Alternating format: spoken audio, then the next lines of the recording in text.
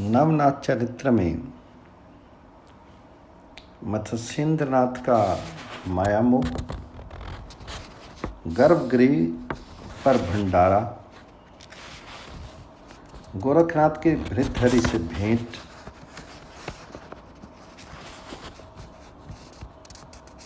पिंगला ही पिंगला, भृतहरि का राज्य त्याग। मत्स्येंद्रनाथ का मायामोह। त्रिया राज्य से चल करके तीनों नाथ विभिन्न तीर्थों की यात्रा करते हुए तेलंग प्रदेश में जा पहुँचे। वहाँ गोदावरी के संगम स्थान में तीनों ने स्नान किया।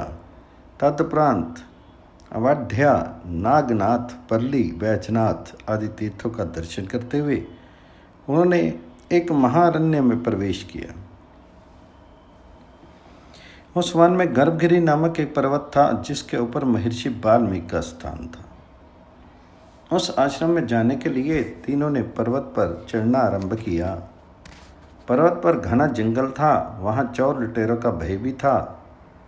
मत्स्येंद्रनाथ की झोली में सोने की ईंट रखी थी, अतः मत्स्येंद्रनाथ पर्वत पर चढ़ते समय आगे पीछे इधर उधर देखते हुए चलते थे।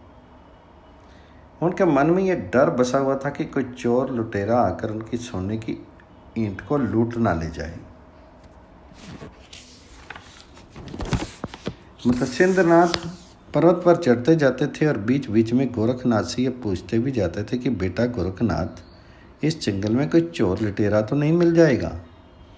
गुरु के इन शब्दों को सुनकर मत्स्येंद्रनाथ से कहा, हे गुरुजी, भय की कोई बात तो हो तो उसे कुएं में डाल दीजिए। हम लोग ठहरे साधु सन्यासी, हमारे पास रखा ही क्या है जो कि चोर लुटेरा आकर हमें परेशान करेगा। तब मत्स्येंद्रनाथ बोले, हे पुत्र, त्रिया राज्य से विदा होते समय मैं नाकनी ने मेरी झोली में एक सोने की ईंट रख दी थी। वह अभी तक मेरे पास है। कोई चोर लुटेरा आ गया उसे लूट ना ले, यही भय मुझे लगा हुआ है। मेरी इच्छा है कि मैं उस ईंट के द्वारा साधु संतों के भोजन की व्यवस्था करूं। गोरखनाथ ने यह सुनकर कहा, हे गुरु, आश्चर्य की बात है कि आप जैसा परम तपस्वी एवं सिद्ध पुरुष भी अभी तक सोने की ईंट के मुंह में फंसा हुआ है। आपके पास तो पारसमणि है, आप अपनी इच्छा मात्र से ही चाहे जितना सोना उत्पन्न कर सकते हैं। फिर आपने इस ईंट के भार को अपनी झोली में क्यों लाद रखा है?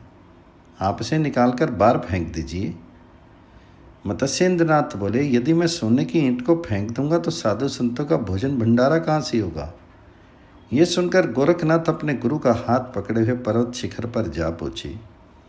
वहाँ उन्होंने सिद्ध प्रयोग मंत्र का उच्चारण करने के बाद पेशाब की। उसके प्रभाव से आधा पर्वत सोने का हो गया। उसे दिखाते हुए मत्स्येंद्रनाथ से कहने लगे, गुरुजी, अब आपको जितने सोने की आवश्यकता हो वह यहाँ से ले लीजिए और अपनी इच्छा को पूर्ण कीजिए। यदि आप आज्ञा दें तो मैं इसी समय पर आपको अभिलाषा पूर्ण करने का आयोजन करूं और साधु संतों को यहीं बुलाकर उनका भोजन भंडारा करा दूं। गोरखनाथ के प्रभाव को देखकर मत्स्येंद्रनाथ अत्यंत प्रसन्न हुए। उन्होंने मैनाकनी द्वारा रखी सोने की ईंट को झोली से निकालकर बाहर फेंक दिया। फिर बोले, हे पुत्र, यहाँ तो भयानक वन है, इस स्थान पर साधु संत के भोजन भंडारे की व्यवस्था कैसे हो पाएगी? तो गुरु की बात सुनकर गोरखनाथ ने कहा, हे गुरुदेव, आप निश्चिंत रहिए, मैं इस स्थान पर भंडारे की सब व्यवस्था की देता हूँ और तीनों लोगों के सभी ऋषि मुनि, संत, सन्यासी आदि यहीं पर भोजन करने के लिए आएंगे। यह कहकर गोरखनाथ ने गंधर्व अस्त्र प्रयोग मंत्र का प्रयोग करके भस्म को आकाश की ओर फेंका। थोड़ी देर में वहाँ चित्रसेन गंधर्व आके उपस्थित हो गया। गोरखनाथ ने चित्रसेन को आज्ञा दी, है चित्रसेन, तुम अपने साथी सभी गंधर्वों को बुलाकर चारों दिशाओं में भेजो और तीनों लोकों में जितने भी ऋषि मुनि, साधु, सन्यासी, वैरागी, योगी, सती, तपस्वी, जपी, संत, देवता, गंधर्व, दानव, किन्नर आदि हैं, उन सबको यहाँ बुला लाओ। मैं यहाँ पर एक बड़ा समारोह करना चाहता हूँ, उसमें सब लोगों को भोजन कराऊंगा। चित्रसेन गंधर्व जो आज्ञा कहकर वहाँ से चल दिया। कुछ ही समय में वहाँ तीनों लोकों के ऋषि मुनि, साधु संत, योगी, यति, तपस्वी, देवता आदि आ पूछे। शुक्राचार्य, बृहस्पति, दत्तात्रेय, वशिष्ठ, वापदेव, याज्ञवल्क्य, व्यास, कपिल, वाल्मीकि आदि ऋषियों के साथ सभी नाथ भी गर्भगिरी पर पहुँच गए। मत्स्येंद्रनाथ के आनंद का पारावार नहीं रहा। उन्होंने मन ही मन गोरखनाथ को अनेक आशीर्वाद दिए। उधर तो संत समागम हो रहा था, इधर गोरखनाथ ने अष्ट सिद्धियों को बुलाकर उनसे भोजन आदि की संपूर्ण व्यवस्था करने के लिए कहा। अष्ट सिद्धियों ने पल भर में ही समस्त सामग्रियां तैयार कर दी। स्नान संध्या आदि से निवृत्त होने के उपरांत सब लोग भोजन करने के लिए बैठे। भोजन सामग्री इतनी स्वादिष्ट थी कि सब लोगों ने उनकी अत्यंत प्रशंसा की। चारों ओर वाह वाह की धूम मच गई। सब लोग मत्स्येंद्रनाथ जी तथा उनके शिष्य गोरखनाथ की प्रशंसा करने लगे। भोजन कराने के उपरांत सबको तांबूल तथा यथोचित दक्षिणा भेंट की गई। वह आयोजन ऐसा हुआ कि जैसा पहले कभी नहीं हुआ था। सब लोग गोरखनाथ को आशीर्वाद देते हुए अपने अपने स्थान को विदा हो गए। इस समारोह में भाग लेने के लिए उपृक्ष वसु भी आए थे। मत्स्येंद्रनाथ ने अपने पुत्र मीननाथ को उनके हवाले कर दिया और कहा, आप इसे इनकी माता तिलोत्तमा के पास स्वर्गलोक में पहुंचा दें। इंद्र के यज्ञ के समय मैं वहां आकर मिलूंगा। उपृक्ष वसु मीननाथ को अपने साथ लेकर स्वर्गलोक को चले गए। गर्भगिरी पर्वत के जितने भाग को गोरखनाथ ने स्वर्ण में बनाया था, अदृश्य अस्त्र के प्रयोग द्वारा उसका रंग बदल दिया। तत्पश्चात मत्स्येंद्रनाथ जो तपस्या करने के लिए वहीं रह गए और गोरखनाथ गुरु जी की आज्ञा लेकर तीर्थ यात्रा के लिए निकल पड़े। गर्भ आदि से चलकर गोरखनाथ अनेक तीर्थों की यात्रा करते हुए गिरनार पर्वत पर पहुंचे। वहां उन्होंने गुरु दत्तात्रेय से भेंट की तथा उस समय तक के सब समाचार कहे। दत्तात्रेय ने उन्हें आशीर्वाद देने के उपरांत कहा, हे पुत्र, अवंती नगरी का राजा भृतहरि अपनी पत्नी पिंगला की मृत्यु हो जाने के कारण अत्यंत दुखी होकर 12 वर्षों से शमशान भूमि में बैठा हुआ है। वह बिना कुछ खाए पिए हर समय पिंगला पिंगला चिल्लाता रहता है। मेरा उस पर अनुग्रह है, अतः तुम अवंतीपुरी में जाकर उसे ज्ञान उपदेश देकर माया मोह से मुक्त करो। तब भगवान दत्तात्रेय की आज्ञा शिरोधार्य करके गोरखनाथ व्यानस्त्र मंत्र से अभिमंत्रित भस्म को अपने ललाट पर लगाकर थोड़ी देर में ही अवंतिकापुरी में जा पहुंचे। वहां जाकर उन्होंने राजा भृतहरि को उसी स्थिति में बैठे हुए देखा जो कि भगवान दत्तात्रेय ने बताई थी। गोरखनाथ जी ने उसे ज्ञान उपदेश करने के लिए एक युक्ति सोच निकाली। वे कुमार के घर जाकर एक मिट्टी का घड़ा ले आए। फिर जिस स्थान पर भृतहरि बैठे हुए थे वहां से थोड़ी दूर आकर उन्होंने उस घड़े को अपने हाथ से पृथ्वी पर पटक दिया। घड़ा फूट गया। तब उस फूटे हुए घड़े के बिखरे हुए टुकड़ों को एकत्र करके गोरखनाथ जी वहीं पर बैठकर हाय घड़ा कहकर चिल्लाने लगे। उन्हें इतने उच्च तथा करुण स्वर में रोना आरंभ किया कि भृतहरि अपना दुख तो भूल गए और गोरखनाथ के पास जाकर पूछने लगे, भाई तुम इस तरह क्यों विलाप कर रहे हो? तो गोरखनाथ ने उत्तर दिया, मेरा घड़ा फूट गया है, मैं उसी के लिए रो रहा हूँ। ये सुनकर भृतहरि ने कहा, तुम योगी होकर एक सामान्य मिट्टी के घड़े का इतना शोक कर रहे हो, इसका मूल्य ही कितना है? तो गोरखनाथ ने उत्तर में कहा, है राजा, प्रिय वस्तु के संयोग का दुख सभी को होता है। जिस प्रकार तुम अपनी मिट्टी की बनी पत्नी के लिए रो रहे हो, उसी प्रकार मैं अपने मिट्टी के घड़े के लिए रो रहा हूँ।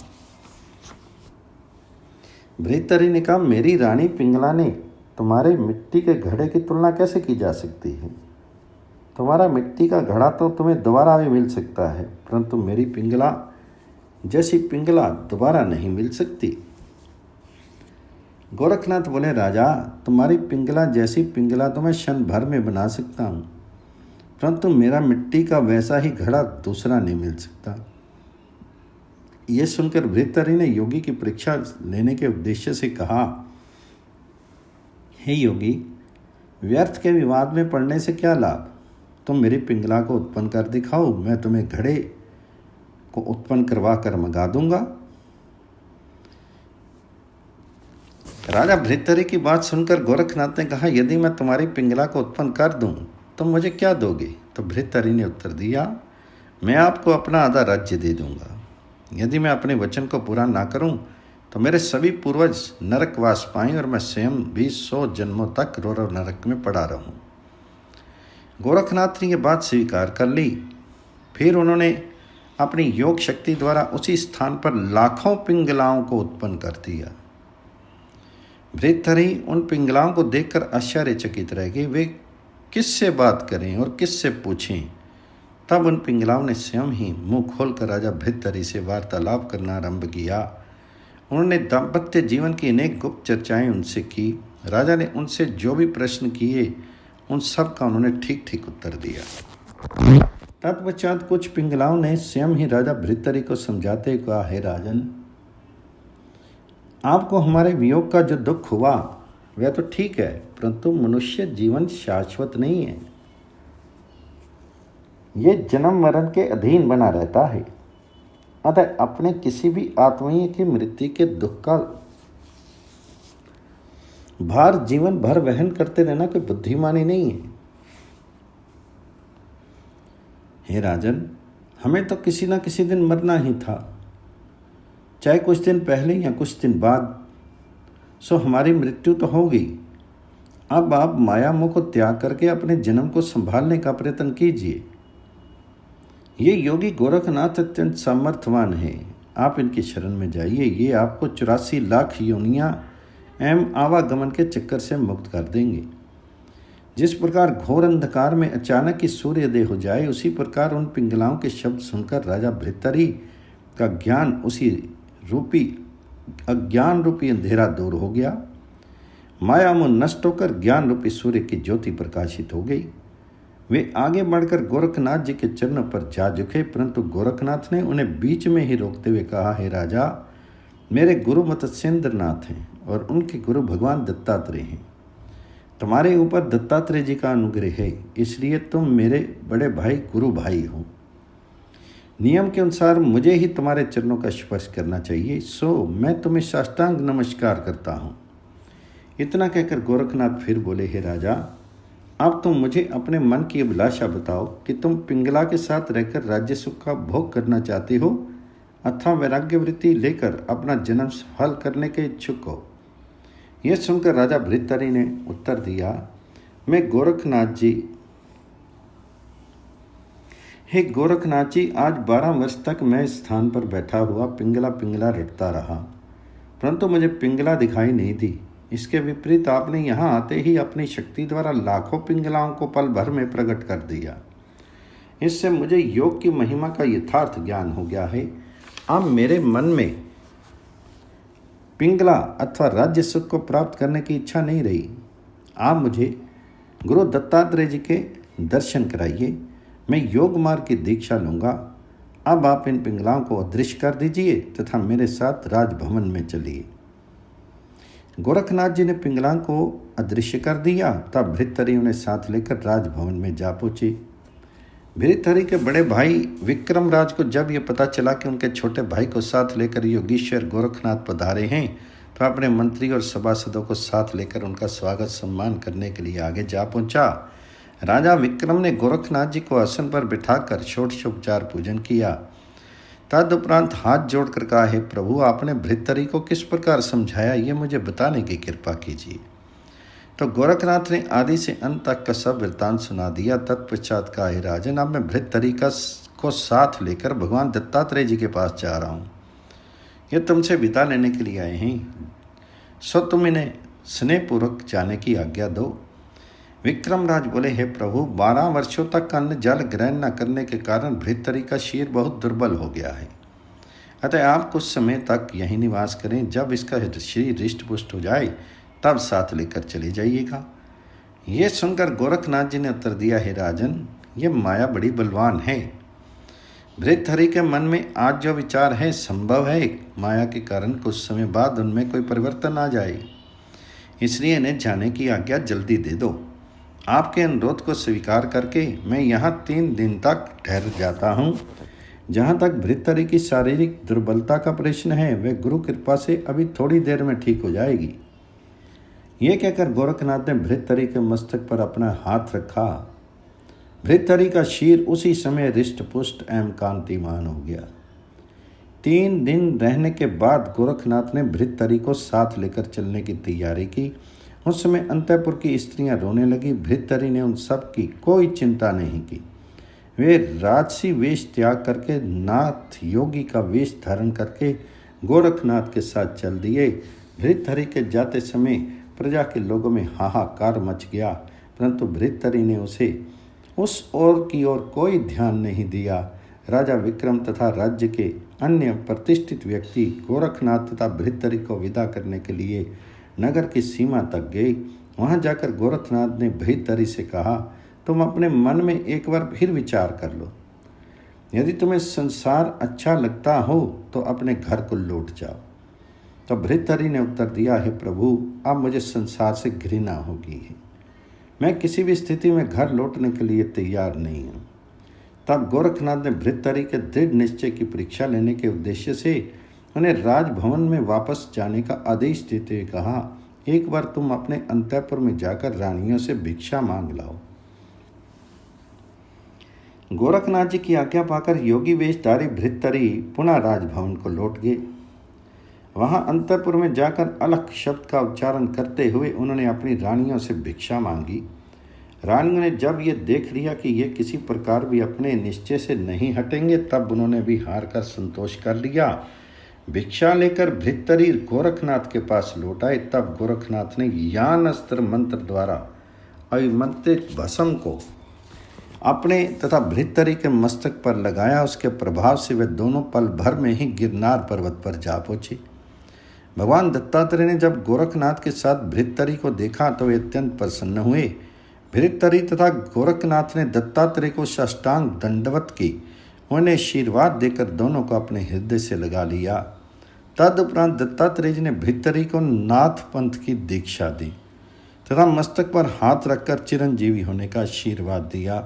फिर उन्होंने ब्रह्म त्रिश्यान, वेद वेदांत, रसायन विद्या, मंत्र विद्या, साबरी विद्या तथा अस्त्र विद्या का पूर्ण अभ्यास करा के नाग अश्वत्थ वृक्ष के समस्त देवताओं का आशीर्वाद प्रदान कराया।